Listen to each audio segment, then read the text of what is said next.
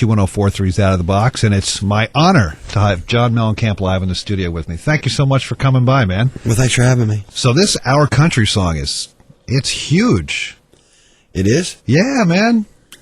You see it on television for the last 6 months, but it just seems, like it's moved people towards this new album of yours. Well, I think that it was an alternative way of getting the song out.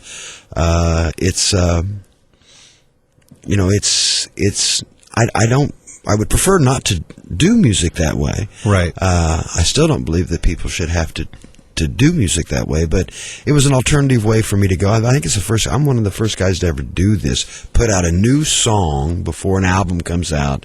I think Dylan did it with iPod. Right. And then this song. So I'm kind of in virgin territory here. Most songs you hear are songs like, take I Like a Rock. That song had already been out, had already been a hit record, and then was licensed to that company.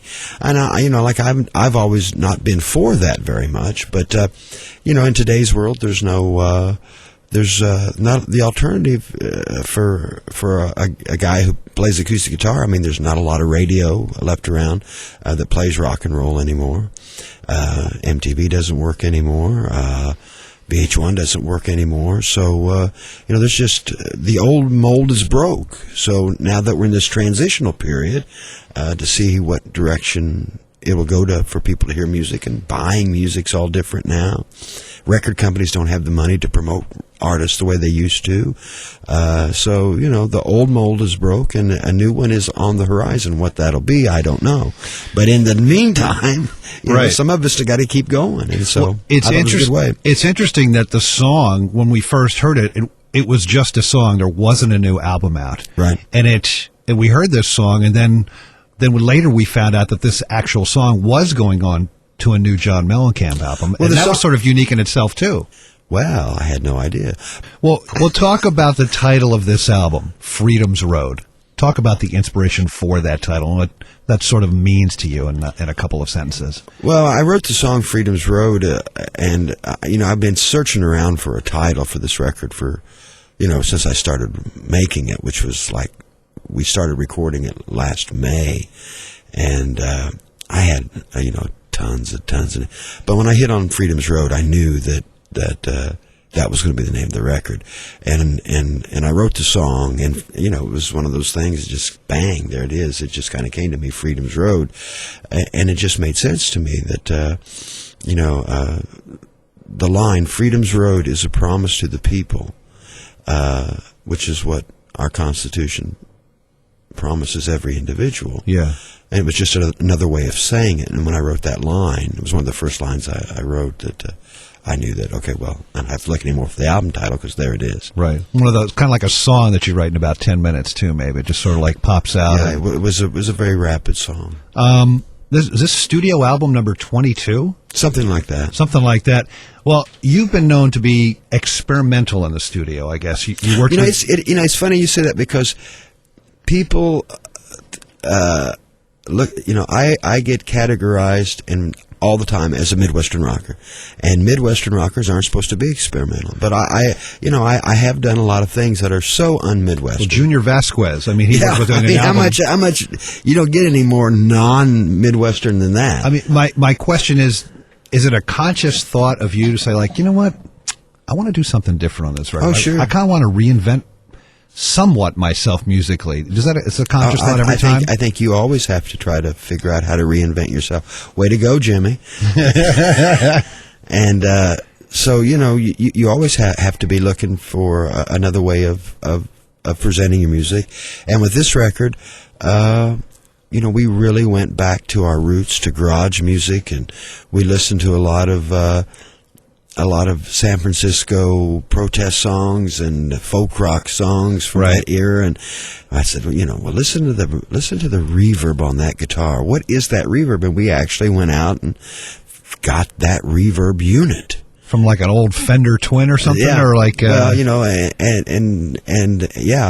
Fender used to make a reverb box that you would that went into your amp before. I saw one of those recently. Yeah, it was like, what is that? Is that an amp? No, it's just a reverb box. It's just a reverb unit, sure. And so, my guitar players had that, and they had, used those type of guitars those years. Plus, this record was cut on Pro Tools, then transferred to 16-track, and everything was bounced down to 16-track, then put back on Pro Tools to do a few overdubs and vocals, and then mixed on 16-track, then, mastered over to, 1-inch tape, and then mastered to vinyl. Do you notice a difference? Do you hear a difference? Well, listen to it. It's mastered to vinyl, and then from vinyl back to digital stuff. Right. Yeah, we had to go.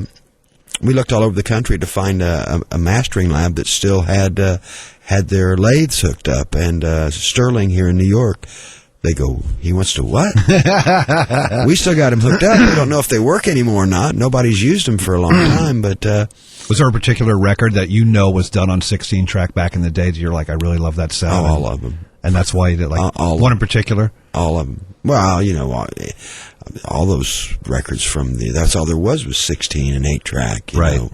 8-track is a little hard, and that's a lot of bouncing around. Because what you have to do is you have like a guitar track, and you have another guitar track, and then you've got to make a decision, which is going to be the loudest, and then you dump them both into one track. Right. And so now, what used to be 2 tracks is now 1 track, so we had to do a lot of dumping, and now you listen to Beatles records, you're like, how do they do that, man? Well, and it's just crazy. If you listen to I've heard the tapes of Sgt. Pepper. If you bust that stuff out, it is amazing that it even sounds like it does. It's so clear. It's clear, but the parts are so obtuse that you hear a bunch of parts by themselves, and how is that ever going to work in this song?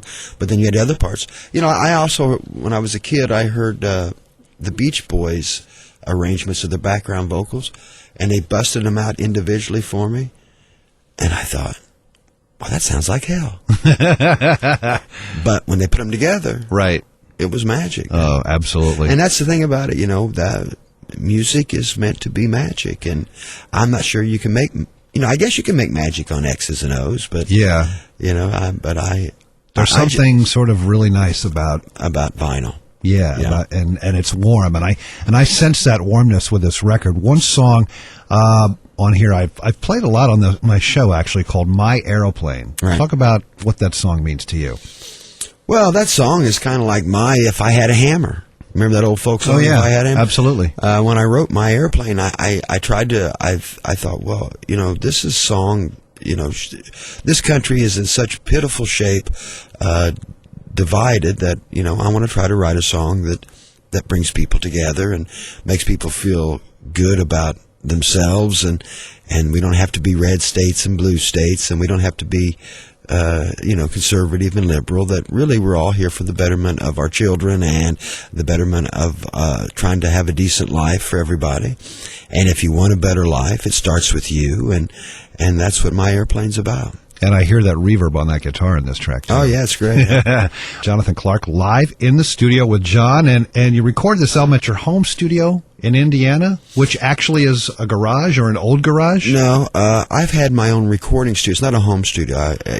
I have to drive to get to it. It's a recording studio that I built in 1983. I made a record called and we built it right during the making of that record.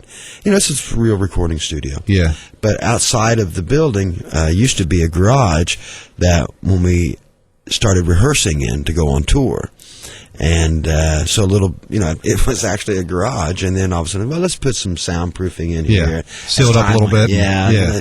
So time went on, and so, we rehearse there all the time now, and we started rehearsing for this record. And some of these songs have 30, 40 hours of arrangements on them.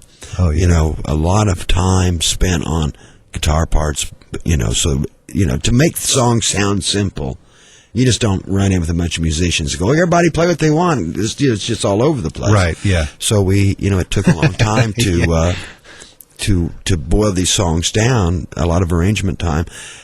And at the end of the day, we were making demos on Pro Tools, and I kind of just said, guys, don't be surprised if this doesn't turn out to be the basic tracks for the album, because we're never going to be able to get back here.